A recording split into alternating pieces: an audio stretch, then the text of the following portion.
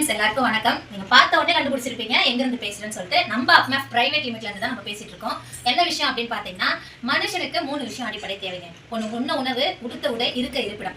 இதுல ஒரு விஷயம் நம்ம கிட்ட இருக்கும். நம்ம எல்லாமே வீட்டுல தான் இருக்கோம், சூப்பரா ஃபேமிலியா என்ஜாய் பண்ணிட்டு இருக்கோம். மிச்ச 2 விஷயத்த நான் கடையில போயிட்டு வாங்கிட்டே இருக்கேன், மாசம் மாசம் வாங்குறேன், டெய்லி யூஸ் பண்றேன். ஆனா சம்பாரிச்சிருக்கேனான்னு கேட்டா கிடையாது. ஆனா இந்த பக்கம் பாத்தீங்கன்னா மளிகை ஜாமான். அப்படியே அந்த பக்கம் திருப்பி பாத்தீங்க அப்படின்னா, வாங்க காட்டுறேன். இந்த பக்கம் திருப்பி பாத்தீங்க அப்படின்னா நம்ம டெய்லி யூஸ் பண்ற துணிகள். ஸோ இந்த ரெண்டுமே நான் டெய்லி யூஸ் பண்ண தான் போறேன். இந்த 2 யூஸ் பண்றது மூலமா இது வரைக்கும் நம்ம சம்பாரிச்சிருக்கோமா? இல்ல இதுக்கு முன்னாடி ஒரு 50 வருஷமா எங்க அப்பா அம்மா வாழ்ந்துருக்காங்க, இது 2 பொருளும் வாங்குறாங்க, சம்பாரிச்சிருக்காங்களா? இல்ல. ஆனா நான் சம்பாதிக்கிறேன்.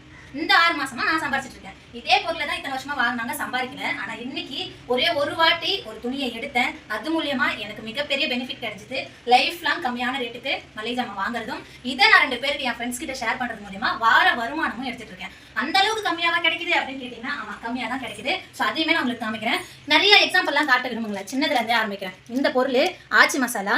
இது வந்துட்டு என்னுடைய சொந்த ப்ராடக்டா, பிராண்டானா கிடையாது, ஆல்ரெடி இருக்கிற பிராண்டு தான். இந்த பிராண்டை நான் எங்க வாங்கினாலும் 10 ரூபா தான். ஆனா எனக்கு இந்த இடத்துல 8.50க்கு கொடுக்குறாங்க.